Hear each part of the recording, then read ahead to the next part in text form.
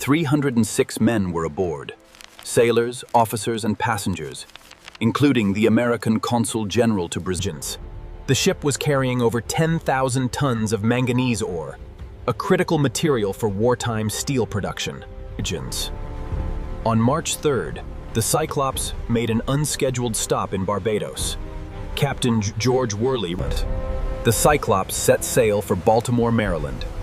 It never arrived. It never sent a distress call. No wreckage was ever found.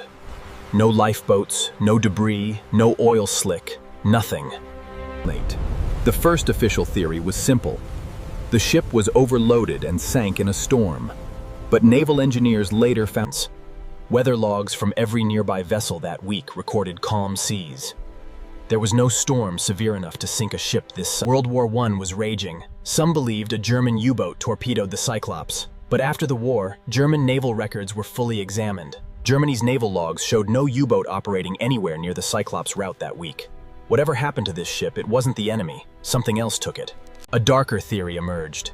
Captain George Worley was German-born. Some accused him of secretly delivering the ship to enemy hands. Investigators found no evidence. No confession, no trace of treason. Worley was cleared. But the mystery only grew darker. Engineers proposed a structural failure. The Cyclops had a history of engine trouble. Perhaps she simply broke apart under her own weight. But records show the ship had just passed inspection in Brazil day earlier. Structurally, she was sound. This theory, too, fell apart. The Cyclops' last known route passed directly through what would later become known as the Bermuda Triangle, decades before that name even existed. For over a decade, the US Navy quietly conducted search operations along the suspected route. Nothing was ever recovered. Decades passed. Sonar technology improved. Dive teams went deeper than ever before. Still, the Cyclops remained hidden. In 1968, a shipwreck was found off the coast of Virginia. For a moment, the world believed the Cyclops had finally been found.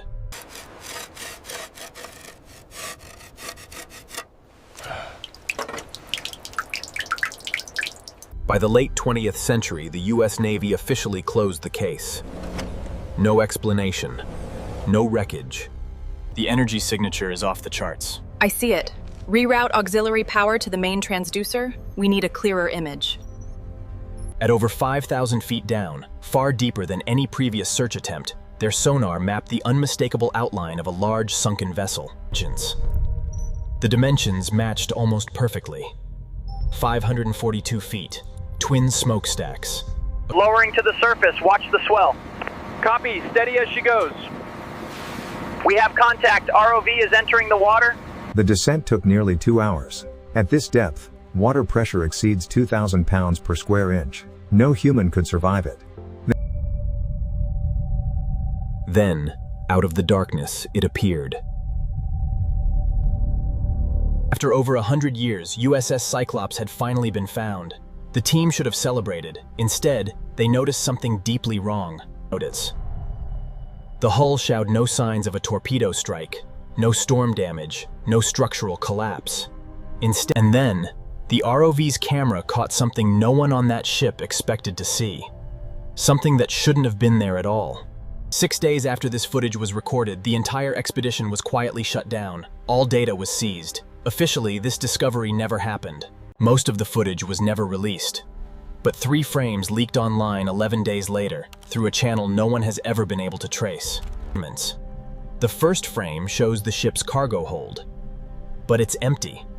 Every historical record confirms the 10,000 tons of cargo, gone, not scattered by currents, not buried by sediment. The hold looks as if it was deliberately emptied before the ship went down. The second frame shows the ship's bridge. The ship's wheel is missing, so is the compass housing, both removed with what experts called surgical precision. Naval historians confirm this level of precise removal was impossible with 1918 technology. Whoever, or whatever, the third and final leaked frame is the most disturbing. Deep inside the lower deck, the ROV's light caught something carved into the metal wall. Experts who examined the leaked frame couldn't identify the marks. Not English, not German, not any known maritime code from that era. We're showing total telemetry failure. How long until we can reacquire? I don't know, Captain. It's completely dead.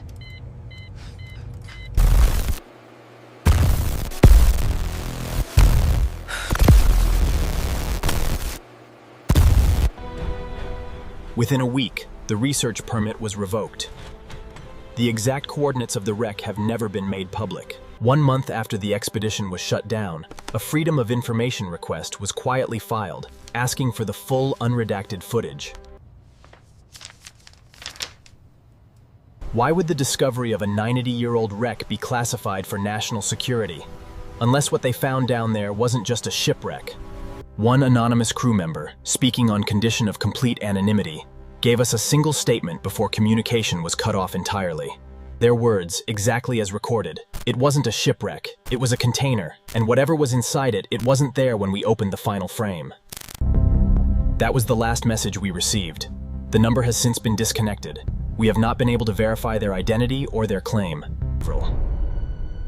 Here is what we can confirm. The wreck is real.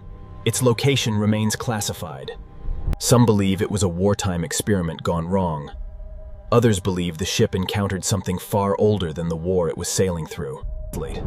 This file remains open. No official explanation has ever been given, and somewhere, 5,000 feet